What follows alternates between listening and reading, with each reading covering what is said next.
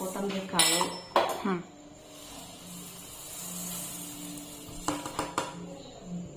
ಅದರಲ್ಲೇ 3 ಲೋಟ ಕೊತ್ತಂಬರಿ ಕಾಳು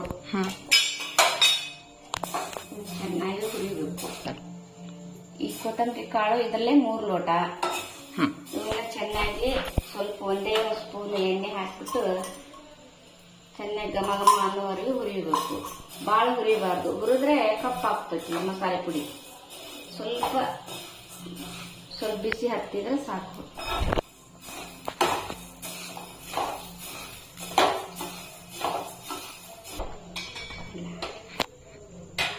ಇದು ಹುರಿದಾಯ್ತು. ಇದನ್ನ ತೆಗೆದ್ಬಿಟ್ಟು ಮತ್ತೆ ನೆಕ್ಸ್ಟ್ ಜೀರಿಗೆ, ಇದು 3/4 ಲೋಟ, ಇದರಲ್ಲೇ 3/4 ಲೋಟ. ಇದು ಅಷ್ಟೇ ಸ್ವಲ್ಪ ಎಣ್ಣೆ ಹಾಕಿಬಿಟ್ಟು ಇದನ್ನು ಹೀಗೆ ಹುರಿಬೇಕು.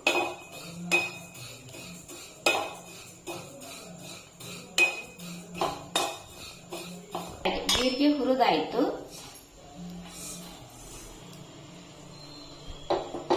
ನೆಕ್ಸ್ಟ್ ಕಡಲೆಬೇಳೆ,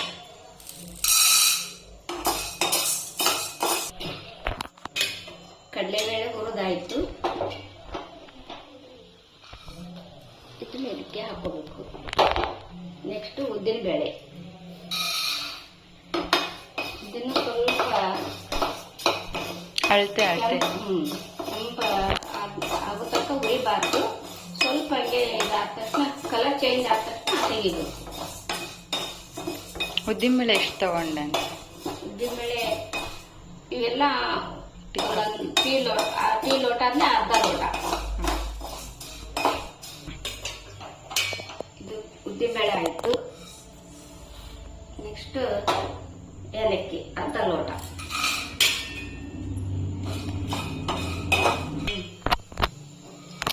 ಏಲಕ್ಕಿ ಹುರಿದಾಯ್ತು. ನೆಕ್ಸ್ಟ್ ಮೆಣಸು ಟೀ ಲೋಟ ಅಂದ್ರೆ ಅರ್ಧ ಲೋಟ.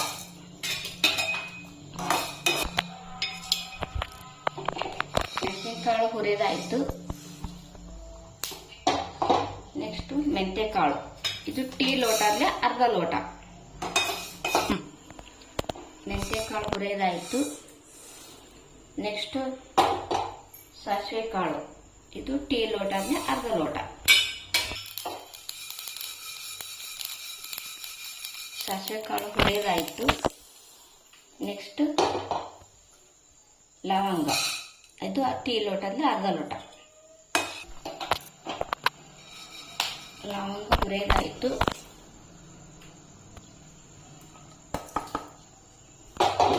ನೆಕ್ಸ್ಟ್ ಉಪ್ಪು ಟೀ ಲೋಟ ಅಂದ್ರೆ ಅರ್ಧ ಲೋಟ. ಉಪ್ಪು ಹುರಿದಾಯ್ತು. ನೆಕ್ಸ್ಟ್ ಅಕ್ಕಿ ಟೀ ಲೋಟ ಅಂದ್ರೆ ಅರ್ಧ ಲೋಟ. ಇದು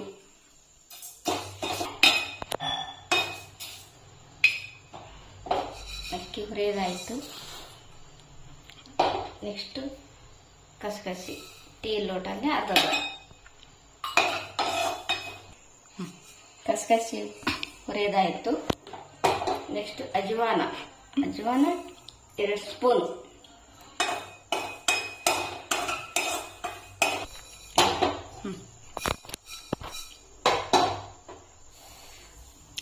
ಇದನ್ನು ಅಜ್ವಾನ ಆಯಿತು ಹುರಿಯೋದು. ಇದು ನೆಕ್ಸ್ಟ್ ಕಲ್ಬು ಅರ್ಧ ಟೀ ಸ್ಪೂನ್.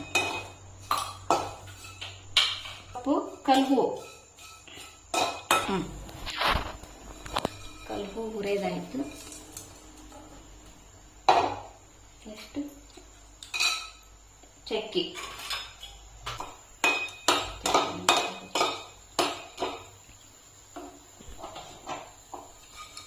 ಹುರಿದಾಯ್ತು.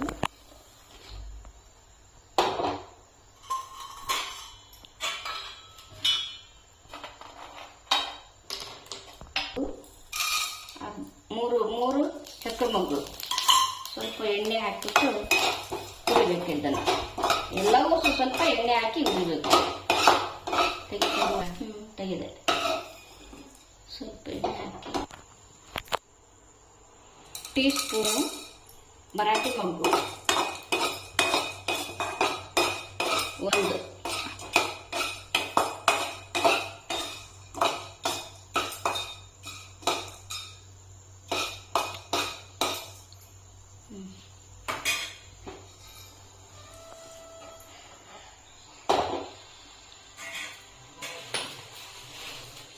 ನೆಕ್ಸ್ಟ್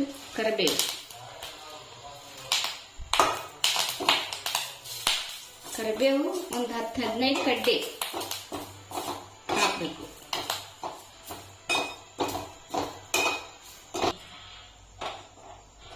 ಕರಿಬೇವು ಹುರಿದಾಯಿತು. ನೆಕ್ಸ್ಟ್ ಅರಿಶಿಣ.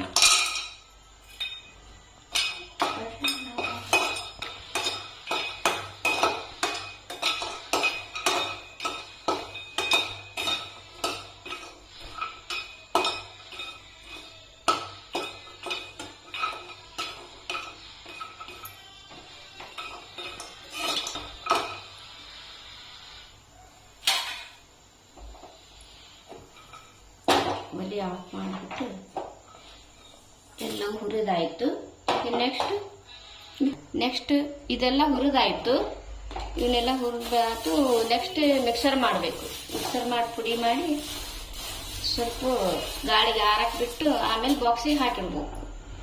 ಹುರಿದಿದ್ದನ್ನೆಲ್ಲ ಚೆನ್ನಾಗೆಲ್ಲ ಮಿಕ್ಸ್ ಮಾಡಿಬಿಟ್ಟು ಜಾರಿಗೆ ಹಾಕಿ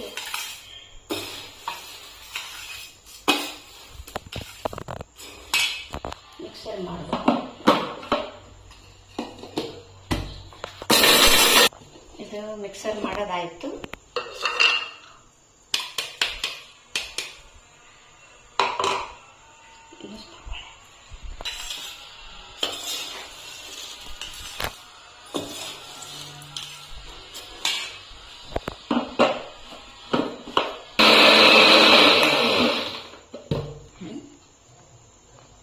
ಪೌಡರ್ ಮಾಡ್ಕೊಂಡಿದ್ದಾಯಿತು. ಇದನ್ನ ನಾವು 6 ತಿಂಗಳವರೆಗೂ ಇಡ್ಬೋದು. ಘಮ ಅನ್ನುತ್ತೆ. ಮಾಡ್ತಾನೆ ಇದ್ದೀವಿ. ಇದು ಮೊದಲೇ ನಮ್ಮ ಅತ್ತೆ ಮಾಡ್ತಾ ಇದ್ರು, ಇವಾಗ ನಾನು ಮಾಡ್ತಾ ಇದ್ದೇನೆ. ಇನ್ನುವರೆಗೂ ಇದನ್ನ ಮಾಡೋದು ಬಿಟ್ಟಿಲ್ಲ ನಾವು. ಅಷ್ಟು ಘಮ ಅಂತ ಸ್ಮೆಲ್ ಬರುತ್ತೆ, ವಾಸನೆ ಬರುತ್ತೆ.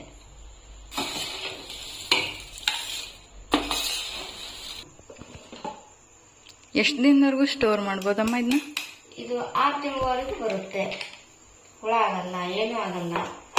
ಮಾಡ್ತಾ ಘಮ ಅಂತ ಬಾಕ್ಸ್ನಲ್ಲಿ ಹಾಕಿಟ್ಬಿಟ್ರೆ, ಆದ್ರೆ ಬಾಯಿ ಮುಚ್ಚಳ ತೆಗಿಬಾರ್ದು, ಯಾವಾಗ ಮುಚ್ಚಿದ್ದೇ ಇರ್ಬೇಕು. ಆಮೇಲೆ ನೀವು ಒಗ್ಗರಣೆ ಇದು ಮಸಾಲೆ ತಕ್ಕೋತಲ್ಲ, ಸ್ವಲ್ಪ ತಕೋಬೇಕು, ಬಾಳ್ ತಕೋಬಾರ್ದು. ಇಲ್ಲ ಅಂದ್ರೆ ವಾಸನೆಲ್ಲ ಹೋಗ್ಬಿಡುತ್ತೆ. ಇದನ್ನ ನೀವು ಫ್ರಿಜ್ ನಲ್ಲಿ ಏನಾರ ಇಡ್ಬೋದು, ಕಡೆಲಾರ ಇಡ್ಬೋದು. ಬಟ್ ಏನೂ ಆಗಲ್ಲ. ಇದು ಹುಳ ಆಗಲ್ಲ, ಏನೂ ಆಗಲ್ಲ.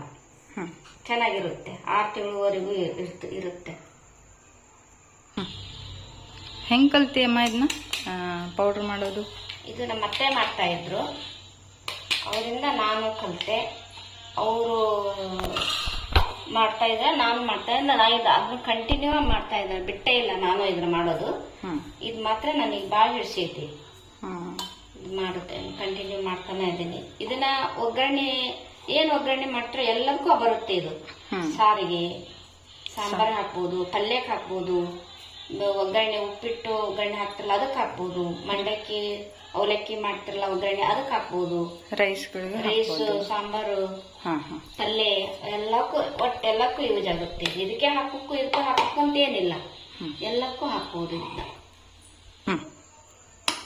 ಈ ವಿಡಿಯೋ ನೋಡಿದವರು ಸಬ್ಸ್ಕ್ರೈಬ್ ಮಾಡಿ, ಲೈಕ್ ಮಾಡಿ, ಶೇರ್ ಮಾಡಿ. ಥ್ಯಾಂಕ್ ಯು, ಧನ್ಯವಾದಗಳು. Thank you. ಎಷ್ಟು ಘಮ ಬರ್ತಿದೆ ನೋಡು ಪೌಡರ್. ನಾನು ಇದನ್ನ ಮಾಡೋದೇ ಗೊತ್ತಿಲ್ಲ.